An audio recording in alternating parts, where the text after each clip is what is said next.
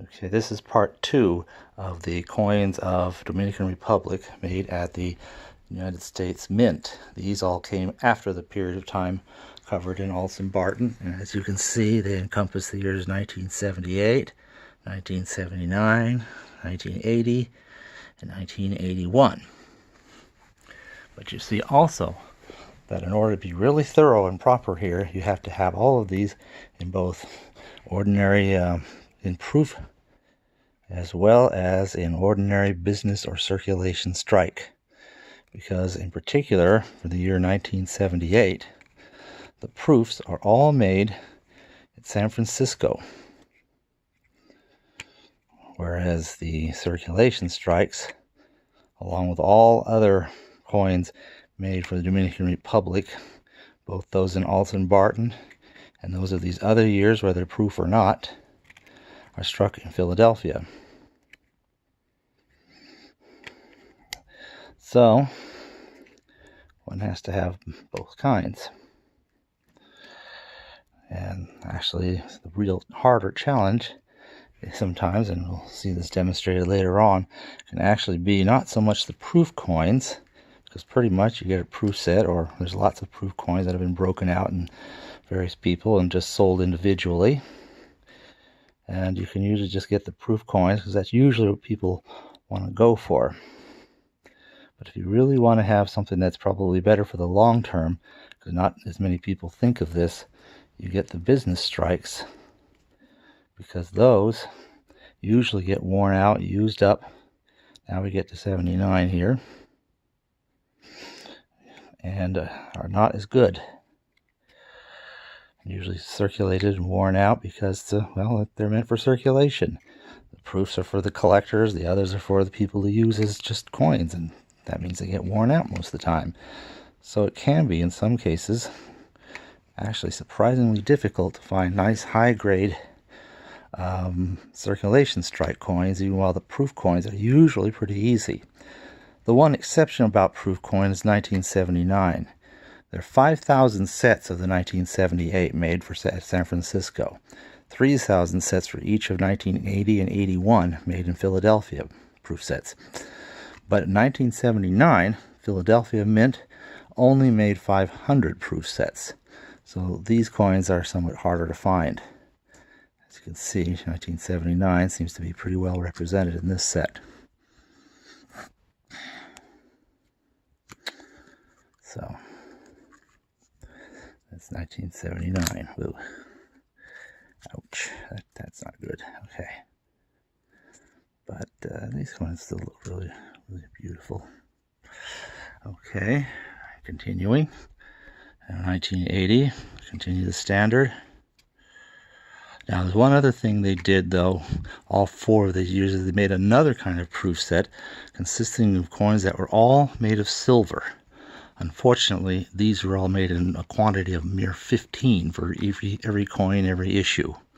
15 individual coins exist. They're the same images, the same sizes, but they are very rare. Now here's the proof for 1980 from, at some point it was in a proof set. Here's the business strike for 1980. You can kind of see sometimes the business strikes have a bit of a cartwheeling thing. Now I only have one coin like this. You can see it actually has a much more white color than the corresponding proof. This causes me to suspect that this one here might be one of those proof silver coins. I haven't had it evaluated or authenticated, but it is my suspicion and hope that maybe this is one of those, only 15 of these made, that are obviously very scarce. So who knows? Anyway, continuing on. They're now listed as patterns, by the way. So here's some more of 1980. Yeah, the silver ones used to be listed as the same KM numbers as these regular ones, except there'd be a little A after them, KM and then KMA. But more recently, Kraus seems to have moved them over to the category of patterns. I don't know why. They're not patterns. They're not struck as attempts to see. Now look at the state of this coin. Circulation strike. You can see it's really not very good. It's kind of beat up. And unfortunately, this is going to be this is not going to get any better for collectors wanting to look for really nice business strike coins, because people take care of the proof coins, and usually proof coins are well taken care of and look really nice because they belong to collectors who will, if they've invested in them, they're going to try to take good care of them. But the business strikes, they've been out there, they've been sold, and sometimes there's just nobody interested in setting one aside because, hey, you got the proof. What do you need the other one for? See? Now, 1981 is slightly unusual because for whatever reason, they made no 1-cent coins for circulation. They made only the proof. Here's the proof. Luckily, it's a very fortunate, beautiful specimen. The other denominations, they did, however, have both the proof and the business strike. That one looks kind of shabby too. It's just really hard to find beautiful business strikes. Most of them you see have been pretty good, but once in a while you just hit one that the best I can find is still somewhat shabby. In fact, most of what you find now, see there, that's a bit better. Obviously a circulation strike, but at least a well-preserved one.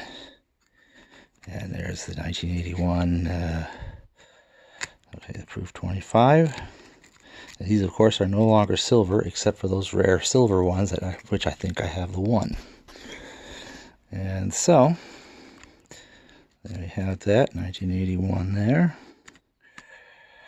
And fortunately, this one looks pretty nice for a business strike. And again, with the peso, as with the 1 cent, for whatever reason, only the proof was made. No business or circulation strikes. So there you have it. The coins of the Dominican Republic. Now, one last thing. You also have proof sets. Proof sets come packaged like this. And you can see that there are, nice, beautiful proof coins in there. For 78, for 79, for 1980,